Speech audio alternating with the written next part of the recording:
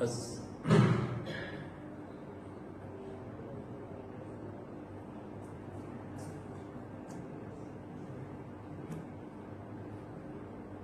Assalamualaikum warahmatullahi wabarakatuh. Alhamdulillahi rabbil alamin, wal aqibatu lil muttaqin, wala udwana illa 'alal zalimin. Salatu wassalamu ala sayyidil mursalin wa ala alihi wa sahbihi wa man tabi'ahum bi ihsanin ila yaumiddin. Amma ba'du, jamaah pengajian yang dirahmati Allah Subhanahu wa taala. Alhamdulillahilladzi ahyana ba'dama amatana wa ilaihin nusyur. Segala puji bagi Allah yang telah menghidupkan kita setelah mematikan kita. Allah mengatakan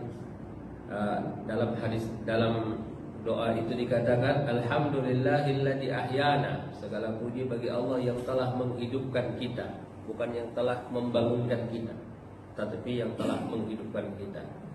Ba'dama amatana, setelah mematikan kita, ya, bukan setelah menidurkan kita. Itu mengandung pesan, ya, mengandung pesan bagi kita.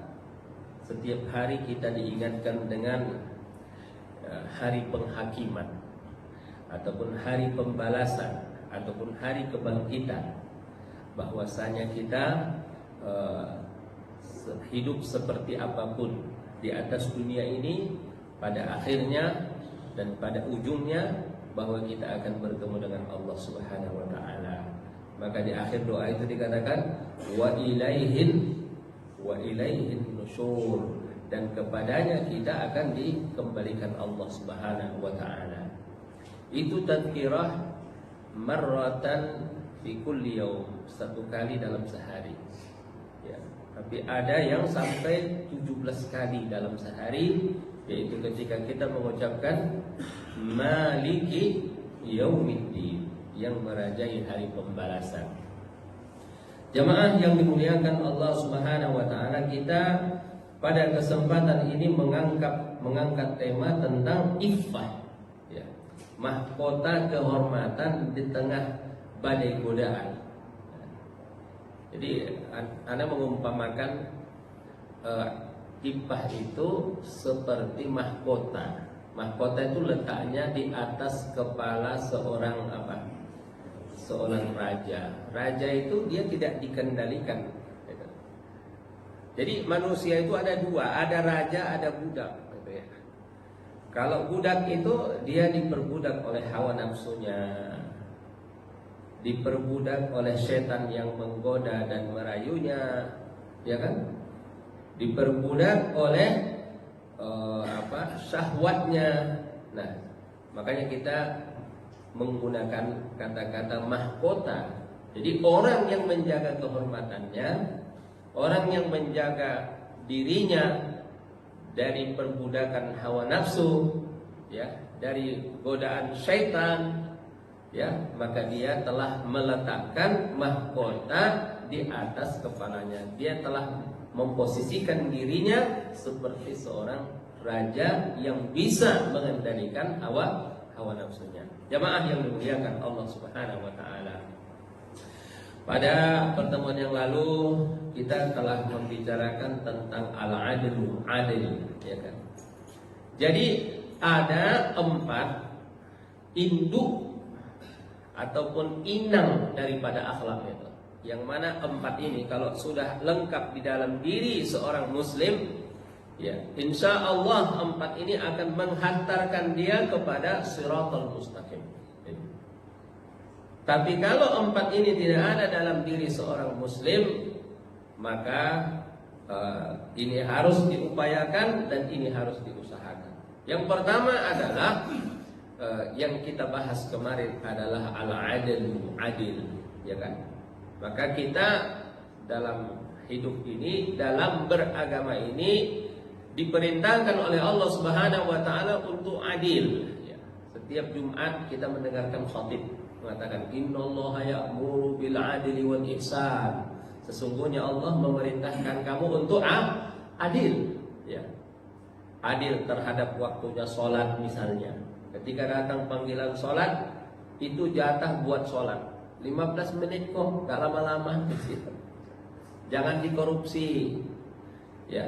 Jangan dipendekin sholatnya, jangan diringkas sholatnya, ya. Jangan dirangkum sholatnya, ya. Sholatlah apa adanya, wa aqimus sholat, ya. Gitu. Karena Imam Hasan Al-Banna itu mengatakan, aqbil ila sholati mata sami'tan nida' mahma kanatiz dzurub. Ya, datanglah untuk melakukan sholat apabila engkau telah mendengarkan kumandang adzan, apapun kondisinya, apapun situasinya. Itu adalah bentuk daripada adil kita. Waktunya sholat kita pakai untuk sholat, bukan waktunya sholat kita pakai untuk scrolling HP. Bukan waktunya sholat kita pakai untuk ngobrol sama teman dan kawan. Bukan waktunya sholat lalu kita bilang ini ada kerjaan tanggung, ya, tanggung sebentar lagi saya selesaikan. Gak ada pekerjaan yang bisa selesai. Jamaah yang dimuliakan Allah Subhanahu wa taala. Saya mau tanya kepada bapak-bapak, ada nggak pekerjaan yang bisa selesai? Setelah selesai itu ada lagi kerjaan berikutnya. Setelah selesai ini ada lagi kerjaan berikutnya. Gak ada. Selama kita masih hidup, pekerjaan tidak akan pernah selesai. Makanya kita jangan bilang ini tangguh pekerjaan ini. Itu bentuk daripada ketidakadilan. Jamaah yang dimuliakan Allah Subhanahu wa taala. Kadang-kadang hal sepele, di lampu merah kita pun perlu adil juga ternyata, Bapak dan Ibu rahimakumullah. Ya, ketika kita memberikan hak pejalan kaki, ketika kita memberikan hak orang yang mau lewat, itu adalah adil. Kenapa? Karena kita pun pengen kalau lagi berhenti di lampu merah tidak ada orang yang menerabas lampu merah. Itu contohnya. Yang kedua adalah as-syaja'ah, keberanian. Percuma ilmunya tinggi, percuma ilmunya mendalam, ya. Percuma ilmunya banyak buku yang dibaca, banyak kitab yang ditulis, tapi kalau tidak memiliki keberanian, semua itu tidak akan terlalu ada manfaatnya dan tidak akan ada faedahnya. Makanya Allah Subhanahu wa taala ketika menurunkan wahyu kepada Nabi Musa, maka yang pertama kali Allah ajarkan kepada Musa itu adalah tentang keberanian. Ya, Nabi Musa itu kan berangkat dari Madian, ya. Kemudian mau balik ke Mesir. Ketika dalam perjalanan melewati Bukit Tursina, kata Allah, "Innani anallahu la ilaha illa ana fa'budni." Sesungguhnya aku adalah Allah, tiada Tuhan kecuali aku, maka sembahlah aku. Maka Allah pun menurunkan wahyu. Maka Allah pun melantik Nabi Musa alaihissalam untuk menjadi rasulnya, untuk menjadi penyampai risalahnya. Tapi Musa takut. Bagaimana berhadapan dengan Fir'aun, ya, raja yang diktator, raja yang semena-mena. Maka Allah Subhanahu wa taala mengajarkan kepada Nabi Musa tentang keberanian. Wal ma fi yaminik. Wahai Musa, lemparkan tongkatmu. Ketika sudah berubah menjadi ular besar, Allah perintahkan kepada Musa, wahai Musa, tangkaplah ular besar itu. Ditangkap Musa lalu berubah menjadi tongkat. Sehingga Musa pada saat itu memiliki keberanian yang luar biasa. Jamaah yang dimuliakan Allah Subhanahu wa taala. Kalau kita pengecut, kalau kita penakut, ya, maka orang mungkin akan biasa bermain dua kaki, Pak. Gitu. Cenderung untuk cari aman, ya. Ya. Kebanyakan manusia ini cari aman, ya. Gitu.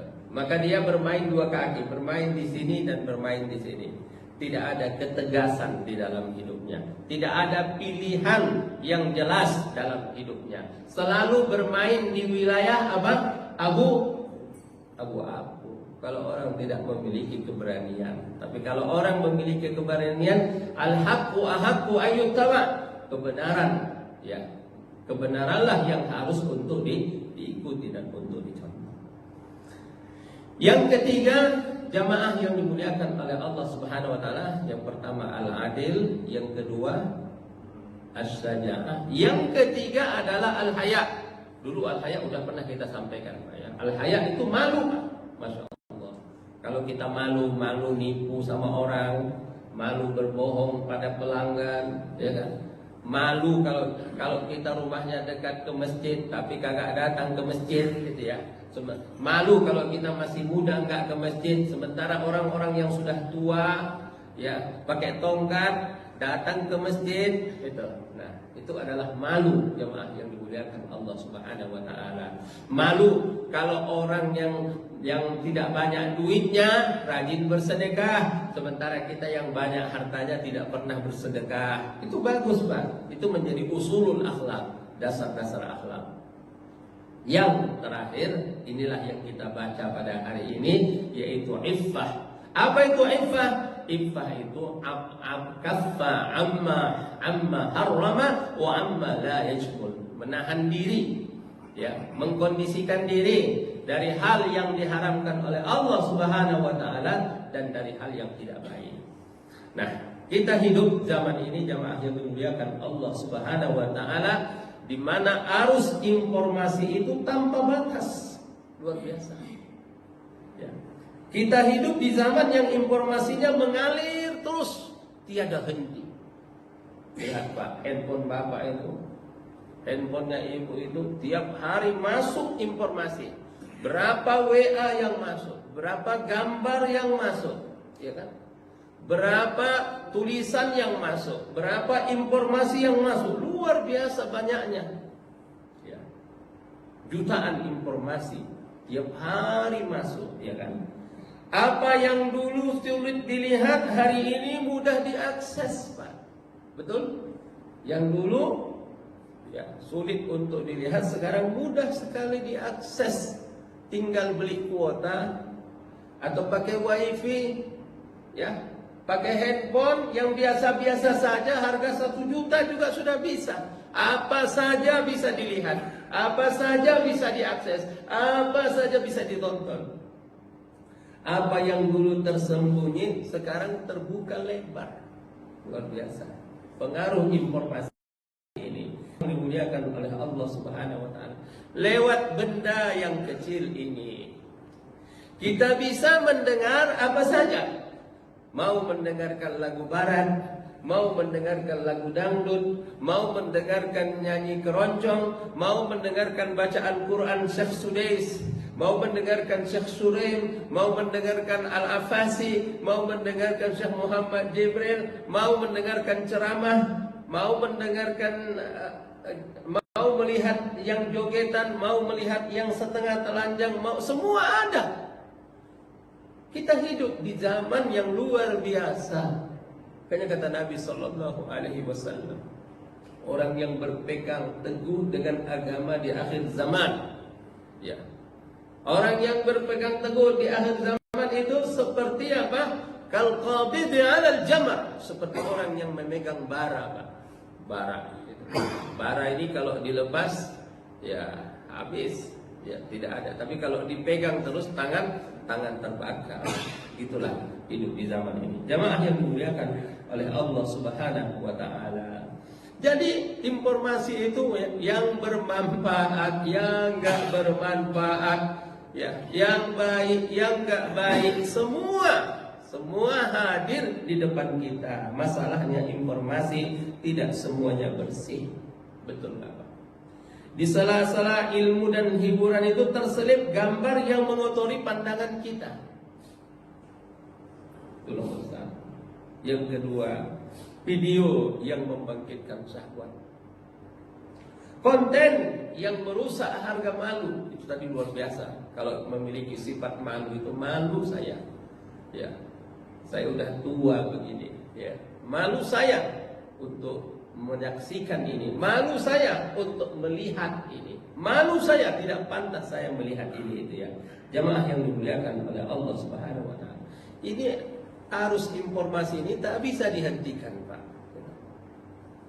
Nah, ada nggak sekarang orang yang nggak pegang handphone? Nggak ada, Pak. Ya. Dulu memang Pak ya, handphone itu mahal, Pak ya. Pas baru-baru keluar, SIM cardnya aja harganya berapa? 1 juta ya dulu ya itu. Mahal sekali itu. ya kan? Dulu orang kalau udah pakai apa dulu namanya Pak, pager namanya ya, yang ditaruh di pinggang itu, kalau udah bunyi, wah itu orang udah gengsi banget, udah kelihatan kayak orang kaya banget gitu ya. Barulah orang pakai handphone. Nah, handphone dulu kecil, ya.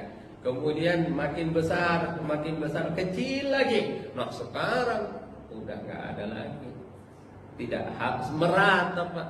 Orang kaya, orang miskin, kalau saya rasa nggak ada orang miskin sekarang di negeri ini yang nggak punya handphone. Semua punya handphone. Biar nggak ada makan pagi, biar nggak ada makan siang, yang penting handphonenya ada. Jadi udah merata. Ini tidak bisa dihentikan, nggak bisa dihentikan. Nah, disinilah ujian itu akan dimulai. Mampukah kita memilih? Itu Pak ujiannya. Mampukah kita memilih apa yang boleh masuk ke mata? Mampukah kita memilih apa yang boleh masuk ke mata kita? Inilah kajian iffah kita ini. Apa yang bisa masuk ke telinga? Sama satu lagi, apa yang bisa masuk ke hati? Bapak dan Ibu rahimahumullah. Semua itu pasti ada impactnya, pasti ada pengaruhnya. Ya, mau tidak mau, suka tidak suka. Apa yang kita tonton akan memiliki dampak positif ataupun dampak negatif. Apa yang kita lihat, apa yang kita dengar memiliki dampak juga. Apa yang kita pikirkan, yang kita bayangkan akan memiliki dampak juga.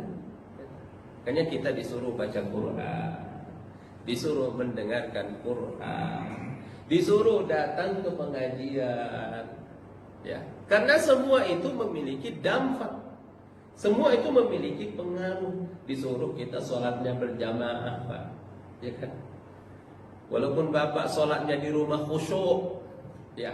Saya kalau di masjid itu agak terganggu sholatnya, karena ada anak-anak yang lari-lari, gitu kan? Apalagi di samping saya kalau baca-bacaannya agak suka kedengaran suaranya. Tidak Pak, sholat berjamaah jauh lebih afdal, ya.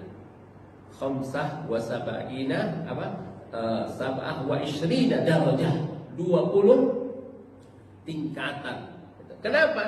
Karena kita akan terpengaruh sama teman-teman kita, sama sahabat kita, sama orang yang di samping kita. Kita datang ke masjid, sholat kita kurang-kurang, ya, akan disempurnakan oleh sholat dari sahabat-sahabat kita, teman-teman kita yang hadir di masjid itu.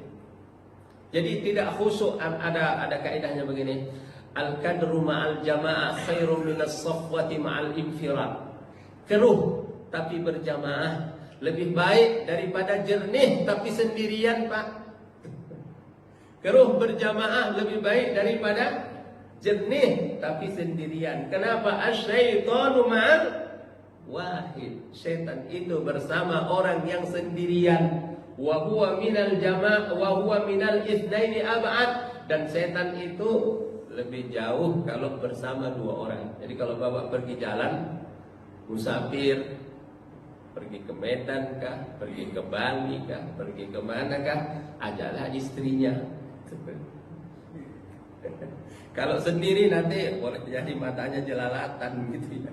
Nah, jamaah yang dimuliakan oleh Allah Subhanahu wa taala. Itu yang pertama ya, harus informasi. Yang kedua, normalisasi maksiat. Ini lagi luar biasa.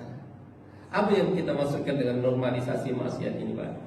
Dulu maksiat itu, ya, salah satu ujian terbesar di zaman ini bukan hanya banyaknya maksiat. Kalau banyak maksiat udah memang banyak, Pak. Ya. Banyak maksiat di pasar, banyak penipuan, pengurangan timbangan, berbohong pada pelanggan, banyak Pak itu. Ya. Akan tetapi adalah maksiat itu dibuat seolah-olah biasa. Itu namanya normalisasi. Menormalkan supaya maksiat itu dianggap sah-sah saja. Dianggap maksiat itu biasa-biasa saja. Nah, sehingga jamaah yang dimuliakan oleh Allah Subhanahu wa taala, kalau dulu orang berbuat dosa, orang malu berbuat dosa, dulu orang malu berbuat dosa. apalagi kita di kampung, di desa itu. Ya. Tapi kalau hari ini jamaah yang dimuliakan oleh Allah Subhanahu wa taala, malah dosa itu dipamerkan. Malah dosa itu dipertontonkan. Malah dosa itu dibanggakan. La haula wala quwata illa billah. Ya. Malu dulu orang berbuat dosa, tapi hari ini dipamerkan, dipertontonkan, bahkan dibanggakan. Jamaah yang dimuliakan oleh Allah Subhanahu wa taala. Dulu dosa itu dianggap apa? Dianggap aib.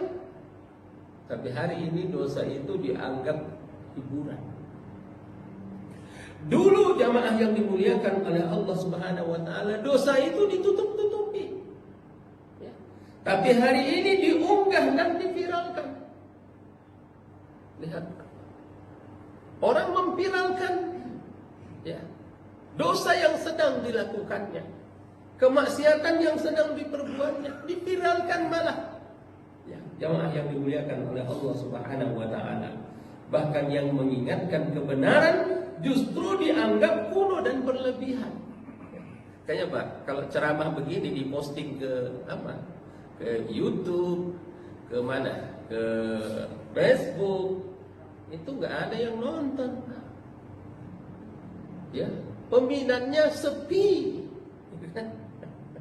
Tapi kalau konten-konten yang berbau pornografi, berbau kemaksiatan, itu banyak penontonnya, banyak pengikutnya, jutaan. Itu luar biasa. Kita hidup di zaman yang serba banyak fitnahnya. Jadi jamaah yang dimuliakan oleh Allah Subhanahu wa taala. Jadi lebih berbahaya lagi katanya Pak, maksiat itu dibungkus dengan kata-kata indah. Luar biasa ini. Maksiat itu dibungkus dengan kata-kata indah itu. Ya. Riba dibungkus dengan apa? Bilangnya apa? Bunga bank. Bilangnya Bapak bunga. Riba itu dibilang bunga. Bunga kan harum, enak dilihat, enak dipandang. Sebenarnya bukan bahasa Arabnya itu nggak ada, bahasa Arabnya nggak ada. Ar-riba itu az-ziyadah, pertambahan, ya. Nggak tahu kenapa orang Indonesia ini begitu hebat membungkus kemaksiatan itu, sehingga praktek riba itu dikatakan apa tadi? Bunga. Pelacuran dikatakan apa? Pekerja seks komersial. Pekerja, emang itu pekerjaan? Pintar banget orang Indonesia itu membungkus-bungkusnya. Jamaah yang dimuliakan oleh Allah. Zina, kalau zina dibilang orang kan cinta sama cinta katanya. Zina itu dibilangnya suka sama suka. Apa yang salah katanya? Gitu. Padahal Allah Subhanahu wa taala mengatakan innahu kana fahisyatan wa maqtan wa sa'a sabila. Apalagi jemaah yang dimuliakan oleh Allah Subhanahu wa taala, membuka aurat. Ketika ada perempuan yang mempertontonkan auratnya, mempertontonkan lekuk-lekuk tubuhnya, mempertontonkan fitnah-fitnah yang ada di dalam dirinya, dia bilang apa? Itu ekspresi. Orang mengekspresikan dirinya. Apa yang salah katanya? Apalagi jamaah yang dimuliakan oleh Allah Subhanahu wa taala. Kebebasan tanpa batas. Ya, orang bebas mau merokok, orang bebas mau berbuat maksiat, orang mau berbuat dosa, orang mau berbuat ini. Apa dilarang-larang saya? Ini kan hak asasi manusia katanya. Dimuliakan oleh Allah Subhanahu wa taala. Tanpa kita sadari, pelan-pelan rasa malu itu dicabut. Syai'an fa syai'an, sedikit demi sedikit. Orang tidak malu lagi. Ya, tidak malu lagi pakai celana pendek. Perempuan, ya bukan laki-laki ya. Ya. Tidak malu lagi pakai pakaian sempit. Ya. Tidak malu lagi mempertontonkan dan memperlihatkan auratnya itu. Nah, jemaah yang dimuliakan oleh Allah, pelan-pelan batas halal dan haram itu dikaburkan, sehingga orang nggak tahu ini mana yang halal, mana yang haram. Itu, ya. Di handphone kita, di medsos kita, di WA kita. Kadang-kadang saya lihat juga ada orang ke masjid gitu, tapi postingannya masya Allah, ya, gitu.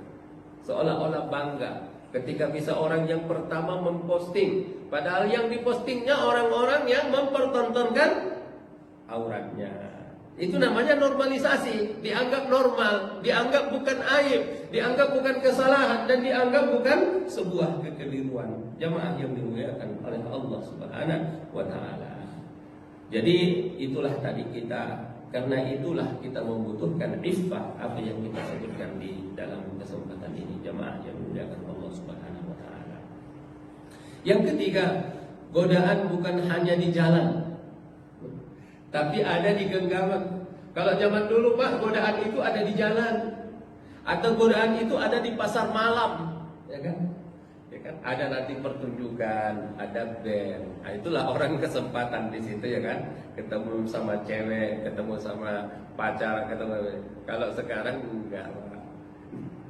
Orang sekarang bisa pakai video call, ya kan? Orang mau yang siaran langsung ada. Yang rekaman ada, yang ini ada, semua ada, tidak ada yang tidak ada zaman sekarang. Masya Allah, ya. Memang betul-betul kita hidup di zaman fitnah. Kalau dulu orang tua mengatakan kepada anak-anaknya, jaga diri kalau keluar rumah, Pak. Betul? Ya. Dulu orang tua bilang, nak jaga diri ya kalau keluar, nanti pulang, gitu. Jaga diri di luar sana. Kalau sekarang tidak, jaga diri anak di rumah yang seharian pegang handphone. Masya Allah. Anak-anak SD Pak udah berpacaran sekarang. Kenapa? Karena tontonannya Korea-Korea itu Pak. Pengaruh Korea-Korea itu luar biasa. Jadi tidak keren di hadapan teman-temannya dan di hadapan sahabat-sahabatnya kalau dia tidak punya pacar. Anak SD. Anak SD itu umur berapa? Umur 12 tahun, Pak. Jemaah yang dimuliakan oleh Allah Subhanahu wa taala. Sekarang untuk berbuat maksiat itu tanpa harus menyiapkan naik angkot, enggak perlu naik angkot, Pak. Ya, enggak perlu keluar rumah. Ya, enggak perlu capek, semua ada, semua tersedia, jemaah yang dimuliakan Allah Subhanahu wa taala. Kita tetap masuk ke rumah, bahkan ke kamar kita pun sudah masuk. Jemaah yang dimuliakan oleh Allah Subhanahu wa taala. Yang paling berbahaya justru adalah semua itu sering terjadi dalam keadaan sendiri. Subhanallah. Dalam keadaan sendiri. Saat orang lain tidak ada yang melihat. Saat merasa aman dan bebas. Padahal justru disitulah ujian keimanan dimulai, Pak. Ketika kita berada sendirian di rumah, tidak ada pasangan, tidak ada istri, tidak ada anak, kita sendirian, ya kan? Kita pikir wah saya bebas, gitu ya. Padahal disitulah ujian. Tadi Pak Imamnya baca ayat Inna rabbaka labil mirsad.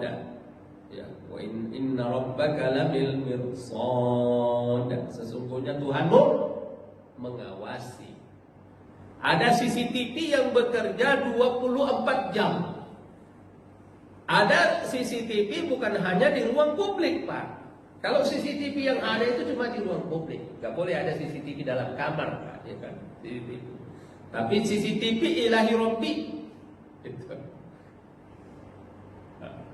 Di dalam kamar, bahkan di dalam jiwa kita ini pun Allah Subhanahu wa taala mengetahuinya.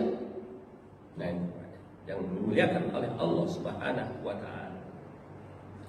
Saat orang lain tidak ada melihat, saat merasa aman dan bebas, padahal disitulah letak ujian itu dimulai, jemaah yang dimuliakan Allah. Saya mau mengatakan, Pak, HP kita ini netral, Pak. Ini netral ya.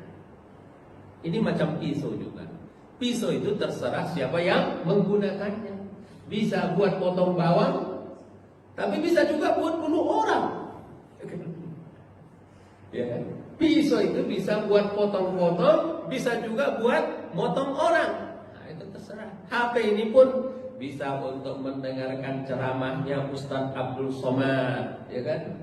Bisa mendengarkan ceramahnya Ustadz Adi Hidayat, ya kan? Bisa mendengarkan ceramahnya Mamah Dede, ya kan? Bisa mendengarkan tilawahnya Syekh Surem, Syekh Sudes, Syekh siapa lagi? Ceramah-ceramah agama bisa, ya kan? Tergantung siapa yang menggunakannya. Nah, itulah jemaah yang dimuliakan oleh Allah Subhanahu wa taala.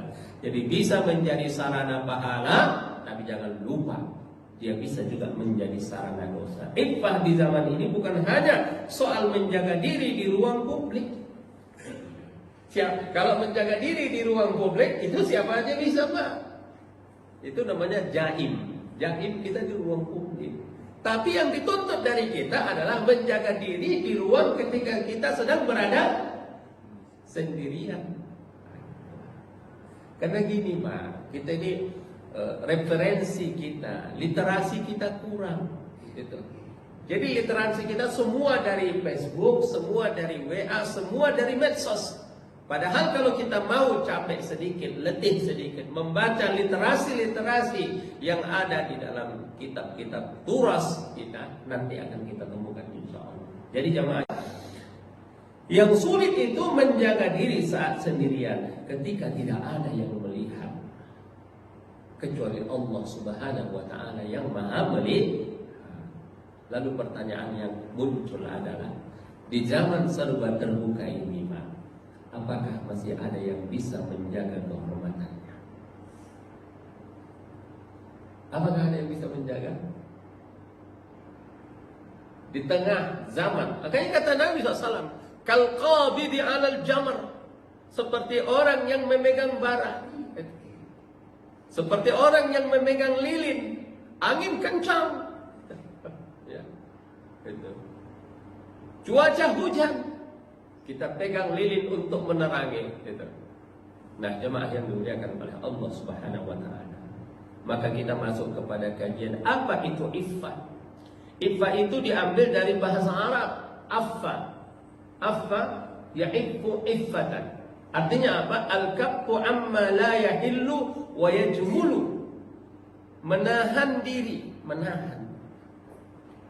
Jadi kalau menahan itu, ini ada mobil yang laju, ya kan? Ada mobil melaju, kemudian menahan. Menahan itu artinya apa, Pak? Mengerem. Ya. Kalau mobil ini biarkan laju, nanti jatuh kemana? Ke jurang, jatuh ke laut, jatuh ke sungai. Jadi direm. Jadi yang namanya iffah itu adalah seni dalam mengerem. Seni dalam mengerem. Tapi Bapak, kalau remnya dipakai terus lama-lama, remnya ini apa? Lama-lama remnya belum juga. Makanya Pak, supaya mobil ini nggak melaju terus, ya kan? Supaya godaan ini tidak datang terus, supaya godaan ini tidak datang bertubi-tubi, maka kita harus melakukan namanya antisipasi. Kita melakukan apa yang disebut mitigasi. Ya, apa itu? Pertama, mintalah perlindungan kepada Allah. Jauhkan kita dari fitnah. Ya Allah, jauhkan saya dari fitnah. Jangan menantang. Ya, saya kan kuat. Saya kan hebat. Ya kan? Takutnya Pak, kita tidak kuat. Dulu ada orang bilang gini, kalau nanti Dajjal datang, kamu jangan ke sana. Jangan temui Dajjal. Jauhi Dajjal, hindari Dajjal. Kalau bisa jangan ketemu sama Dajjal. Begitu Pak, ajarannya begitu kan. Kalau andai kata nanti turun Dajjal, jangan berusaha untuk ketemu sama Dajjal. Kenapa Pak? Takutnya nanti jadi pengikut Dajjal. Jadi dalam hadis itu ada diceritakan Pak, turunlah Dajjal itu, dia nggak bisa masuk ke kota Madinah. 2 tempat yang nggak bisa dimasuki Dajjal, no access, Makkah dan Madinah. Lain dari itu apa aja bisa diakses oleh Dajjal. Nah, begitu dia di luar kota Madinah, datanglah seorang ahli Madinah ke luar kota Madinah. Baik, kamu mau kemana? Mau ketemu Dajjal. Jangan, nanti kamu nggak kuat. Fitnahnya luar biasa, dahsyat katanya. Oh, enggak, saya kuat kok, iman saya kuat. Berangkatlah dia ke sana Pak, ketemu Dajjal. Begitu ketemu Dajjal Pak, asli jadi pengikut Dajjal. Ya. Jadi kalau bisa kita itu menghindari fitnah, menghindari ujian dan menghindari cobaan. Ibarat kata orang apa? Al-himayatu khairum minal ilaj. Menjaga lebih baik daripada apa? Daripada mengobati. Menghindari jurang lebih baik daripada mengerem. Maka kita menghindari tempat-tempat, menghindari kondisi-kondisi, menghindari situasi-situasi yang menyebabkan kita jatuh ke dalam kemaksiatan. Itulah yang kita katakan tadi, al-kaffu menahan. Nah, jadi makanya Nabi SAW berdoa, Allahumma inna nas'alukal huda wat-tuqa wal-afafa wal-ghina. Apa Pak doa ini? Ya Allah, kami memohon kepadamu petunjuk, wat-tuqa dan ketakwaan, wal-afafa. Wal-afafa itu apa? Kemampuan untuk mengerem, kemampuan untuk menekan rem. Takutnya Pak, kalau kita udah datang ujian bertubi-tubi, datang fitnah bertubi-tubi, tapi kita tidak bisa melakukan pengereman, ketika itu kita akan terjerumus masuk ke dalam jurang. Makanya kata di sini apa? Wa istilahan al-ibbah usulu halatin bin nafsi tamna'u biha an ghalabati syahwah. Ya. Ini penjelasannya. Secara istilah, sikap jiwa dalam mengendalikan hawa nafsu. Jadi ada di dalam diri kita itu, apa itu iffah? Ada di dalam diri kita itu tertanam sebuah sikap. Ya, sikap ya, yang dapat mengendalikan hawa nafsu. Berarti ini masalahnya apa? Masalah hati. Ada hati yang bersih, ada jiwa yang bersih, ada jiwa yang dekat dengan Allah, ada jiwa yang selalu muraqabatullah, yang bisa menghalangi kita untuk itu tadi, ya, mengendalikan hawa nafsu, sehingga kita posisi tengah-tengah dan seimbang, tidak berlebihan menuruti hawa nafsu dan juga tidak mematikan hawa nafsu. Maksudnya apa itu? Jadi kita yang terbaik itu di tengah Pak, ya, ekstrim kanan tidak, ekstrim kiri juga tidak. Maksudnya apa? Yang tidak boleh itu adalah memperturutkan hawa nafsu. Tapi kalau mengendalikan nafsu boleh nggak? Harus. Jadi nafsu ini bukan diputus, tapi dididik, dibina. Maksudnya apa? Dulu para sahabat itu saking takutnya dengan hawa nafsu apa? Aneh-aneh Pak kalau sahabat itu. Sampai mereka mau potong burung Pak. Ada beberapa sahabat itu mau melakukan potong burung. Mau dipotong. Kenapa? Supaya jangan berzina. Oh bukan begitu. Enggak begitu konsepnya. Betul. Bahkan ada sahabat ketika masuk bulan Ramadan, ada ceritanya Pak. Ya. Kan waktu dulu Pak, bulan puasa Ramadan itu kan awal-awal itu puasa itu mulai pada maghrib, mulai pada maghrib itu yang boleh makan sahur itu hanya antara maghrib dan isya. Antara maghrib dan isya. Isya itu sudah mulai tidak bisa makan lagi, tidak boleh berhubungan suami istri. Selama 1 bulan. Jadi waktu mereka itu cuma antara maghrib dengan isya. Lalu seorang sahabat berkata, jadi aku katanya takut kalau nanti berhubungan dengan istri di bulan suci Ramadan. Lalu aku menzihar istriku katanya. Zihar itu apa? Dia samakan istrinya dengan ibunya. Kau adalah bagikan ibuku katanya. Supaya dia nggak sentuh istrinya ini selama bulan suci Ramadan. Karena hukumannya berat. Hukumannya orang yang berhubungan di bulan suci Ramadan apa? Puasa 2 bulan. Ya kan? Itu cara sahabat itu luar biasa. Walaupun nggak dibenarkan ya, tapi upaya mereka supaya tidak melakukan pelanggaran itu luar biasa. Sampai akhirnya pada suatu malam, ya mungkin dingin, mungkin lagi kesejukan gitu ya. Tiba-tiba dia melihat aurat istrinya. Namanya satu rumah, namanya juga istri. Akhirnya dia tetap juga melakukan itu, ya, melakukan hubungan suami istri di bulan suci Ramadan. Tapi hebatnya apa?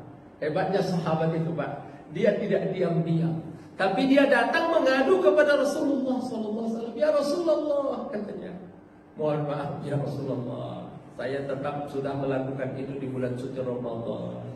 Kata Rasulullah SAW, kalau gitu merdekakan budak, katanya. Hukumannya nggak tahu, merdekakan budak. Ya Rasulullah, Anda tahu saya ini orang miskin, katanya. Saya nggak punya budak lah, katanya. Kalau gitu, kata Rasulullah apa? Puasa 2 bulan, betul-betul. Ya Rasulullah, ini kan gara-gara puasa ya Rasulullah, katanya. Ya kan? Puasa sebulan aja saya nggak tahan, katanya. Bagaimana kalau puasa 2 bulan? Kata Rasulullah, ya sudah kalau gitu kasih makan 60 orang miskin. Tapi yang mau kita lihat itu adalah perjuangan sahabat itu. Upaya mereka untuk bisa mengendalikan nafsu dan syahwat. Jadi sebenarnya itu adalah pengendalian. Kita memiliki di dalam hati kita semacam perangkat untuk mengendalikan mata kita, mengendalikan pendengaran kita, mengendalikan keinginan kita.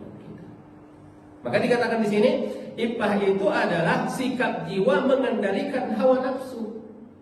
Bukan memotong hawa nafsu, Pak, bukan dipotong. Artinya apa? Hawa nafsu tadi, nafsu itu disalurkan kepada yang halal. Allah pun tidak zalim. Allah tidak zalim. Allah kasih ada jalannya. Ya. Allah kasih alternatifnya. Bahkan bukan alternatif, itulah yang paling baik, yang paling sehat, yang paling menguntungkan. Itu. Kan ada istri. Seorang sahabat bertanya, "Ya Rasulullah, ara'aita, bagaimana pendapatmu? Ayati ahaduna syahwatahu wa yakunu lahu ajrun?" Apakah salah seorang kami kalau mendatangi nafsu dan menyalurkan nafsu dan syahwatnya kepada istrinya, apakah dia dapat pahala? Kata Rasulullah SAW, "Ara'aita, bagaimana pendapatmu kalau dia melakukan yang haram berdosa enggak?" Kata sahabat tadi berdosa. Ya kalau melakukan yang haram berdosa, maka melakukan yang halal juga berpahala. Fankihu ma taba lakum minan nisa'i mathna wa thulatha wa ruba'. Maka nikahilah wanita yang cocok bagi kamu 1, 2 ataupun 3 dan 4. Ada Pak solusinya. Jamaah yang dimuliakan Allah Subhanahu wa taala. Jadi iffah bukan berarti bukan menuruti semua keinginan tanpa batas, ya. Iffah juga bukan membenci atau menolak naluri manusia secara total. Jadi ada yang lebay, Pak. Yang pendeta-pendeta itu kan nggak mau kawin, ya, nggak mau nikah, tapi kawin diam-diam, ya. Ya. Nggak mau berhubungan suami istri, tapi nanti ada yang inilah, ada yang. Kenapa? Karena itu sudah kodrat, Pak. Ya. Manusia itu memiliki kodrat kecenderungan kepada wanita. Zuhina linnasi apa? Hubbus syahawati minan nisa'i wal banina wal qanatiril muqantarati minad dhahabi wal fiddati wal khailil musawwamati wal an'am wal harf. Telah diperhiaskan kepada manusia mencintai apa? Nomor 1, zuhina linnasi hubbus syahawat. Normal. Kalau ada laki-laki yang suka kepada perempuan, itu namanya normal. Yang nggak normal itu laki-laki semua suka sama laki-laki, nggak normal itu. Jadi selagi itu ada, Pak. Jadi sahabat itu radhiyallahu anhum adalah orang yang sangat normal sekali. Jadi iffah bukan menolak naluri, tapi iffah adalah menjaga kemampuan diri. Jemaah yang dimuliakan oleh Allah Subhanahu wa taala. Di sini hawa nafsu seperti api untuk memasak. Kalau apinya terlalu besar, masakannya gosong. Kalau apinya mati, masakannya nggak matang. Yang bagus itu apinya yang pas atau sedang-sedang saja. Insya Allah masakannya matang. Jadi nafsu jangan diputus. Oh, saya ini demi mengendalikan hawa nafsu, pokoknya saya nggak kawin, katanya. Lah, bagaimana caranya? Ya, pokoknya saya mau datang ke dokter ini, saya mau potong aja ini, katanya. Supaya tidak melakukan ini. Ini mata saya ini mau saya butakan aja, katanya. La haula wala quwwata illa billah. Begitu ya, jemaah yang dimuliakan oleh Allah Subhanahu wa taala. Iffah adalah sikap seimbang dalam mengelola nafsu, mengelola. Jadi nafsu itu dikelola. Ya, tahu Pak, kalau di Medan itu ada monyet yang digunakan untuk mengambil buah kelapa. Kalau seorang sana bilangnya bodat gitu ya. Bodat gitu ya. Jadi bodat ini atau monyet ini itu Pak, kalau tidak dilatih, dia tidak ada gunanya, tidak ada manfaatnya, ya kan? Tapi kalau dia dilatih ngambil kelapa, dilatih ngambil kelapa, tiap hari dilatih, tiap hari dilatih. Oh, bisa suruh ke atas ngambil kelapa banyak, tiap hari. Itulah nafsu tadi.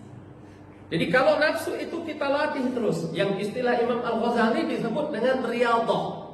Riyadhah dengan zikir, riyadhah dengan doa, riyadhah dengan munajat, riyadhah dengan pembiasaan. Habit namanya, maka satu saat nafsu kita itu akan sampai pada satu titik di mana dia sudah sampai pada tingkatan an-nafsul mutmainnah. Nafsul mutmainnah itu apa, Pak? Sudah stabil. Ibarat mobil itu jalannya udah stabil terus. Kayak Allah bilang apa? Ya ayyatuhan nafsul mutmainnah. Wahai nafsu yang sudah tenang. Maksudnya, wahai nafsu yang sudah terlatih. Jadi untuk sampai nafsu itu Pak, 3 tingkatan. Yang pertama al-ammaratu bisu. Nafsu ini kalau tidak diapa-apakan, tidak ada dilatih, tidak ada dibimbing, tidak ada dibina, maka dia akan terus menjadi nafsul ammaratu bisu. Innan nafsala ammaratun bisu. Sesungguhnya nafsu memerintahkan. Pakai ammarah. Ammarah itu apa? Isim mubalaghah dia. Terus sangat menyuruh kita terus berbuat kemaksiatan dan berbuat dosa. Oke. Baru Pak, kalau kita latih, dia akan naik ke level kedua. Apa? Nafsu apa? Lawamah. Lawamah itu apa? Mencela. Dia mencela. Kita itu merasa bersalah terus. Ketika sudah melakukan maksiat, kita mencela diri kita. Kenapa ya? Kenapa begini? Kenapa begini? Kenapa begini? Itu udah agak baik dikit. Tapi kalau kita latih terus, kita kendalikan terus, kita biasakan terus dia untuk meninggalkan yang diharamkan itu, maka lama-lama dia akan naik kepada tingkatan apa? Kepada tingkatan nafsu mutmainnah. Mutmainnah itu dia stabil, Pak. nggak tergoda, nggak terpengaruh, ya kan? Dia hanya mencintai yang baik-baik. Jamaah yang dimuliakan Allah, mudah-mudahan yang di masjid ini nafsunya semuanya, kita semua menjadi nafsu mutmainnah. Ya. Nafsu mutmainnah itu nafsu yang sudah mendekati kesempurnaan. Nah, itulah yang kita katakan tadi. Jadi jamaah yang dimuliakan oleh Allah Subhanahu wa taala, iffah itu biar mudah dipahami Pak, iffah itu rem dalam hati. Ya, rem ini dijaga juga Pak, rem ini dirawat. Perhatikan juga minyak remnya. Ya, sesekali dicek juga. Dibawa ke montir. Kenapa? Takutnya nanti ujiannya begitu berat, cobaannya begitu berat, pasti remnya Pak belum. Nah, udah jatuh kita. Jadi ingin melihat yang dilarang, tapi memilih menundukkan pandangan, itu Pak. Ingin melihat yang dilarang, tapi menundukkan pandangan. Itulah namanya rem. Itu di dalam hatinya ada remnya. Kalau tidak ada remnya, wah langsung disambut. Ada kesempatan berbuat maksiat, tapi menahan diri karena takut kepada Allah. Intinya iffah adalah kekuatan batin yang menjaga seseorang agar hawa nafsu tidak menjadi penguasa hidupnya. Makanya tadi saya bilang ada mahkota kan? Berarti kalau dia dikuasai oleh hawa nafsunya, yang pakai mahkota nafsunya. Sementara dia adalah budaknya. Tapi yang kita inginkan, manusia itulah yang menjadi rajanya dan nafsu itu menjadi budaknya. Dibalik Pak. Jangan manusia yang menjadi budak, nafsu yang jadi raja. Tapi manusia yang menjadi raja, nafsu yang menjadi budak. Jemaah yang dimuliakan oleh Allah Subhanahu wa taala, itu tadi contoh sehari-hari ya. Intinya adalah seperti yang kita katakan tadi, iffah itu seperti itu. Mudah-mudahan Allah Subhanahu wa taala memberikan kepada kita iffah dan menjaga anak-anak kita, menjaga keluarga kita, dan menjaga masyarakat kita. Memang Pak, sudah menjadi sunnatullah kita hidup di zaman yang serba banyak fitnah ini. Ya, tapi kita tidak bisa menghindar. Oh, kalau begitu saya mau pergilah ke gunung. Kalau gitu saya mau pergi ke hutan, katanya. Itu ada teori Al-Ghazali itu dalam kitab Ihya Ulumuddin. Tapi memang sulit untuk diterapkan dan sulit untuk dijalankan. Jemaah yang dimuliakan oleh Allah Subhanahu wa taala, mudah-mudahan dengan kajian ini menambah keimanan dan juga menambah ketakwaan kita. Amin. Amin ya rabbal alamin. Jazakumullah khair atas perhatiannya dan mohon maaf atas segala kekurangannya. Kita tutup pertemuan kita ini dengan doa kafaratul majlis. Subhanakallahumma bihamdik asyhadu an la ilaha illa anta astaghfiruka wa atubu ilaik. Wassalamualaikum warahmatullahi wabarakatuh.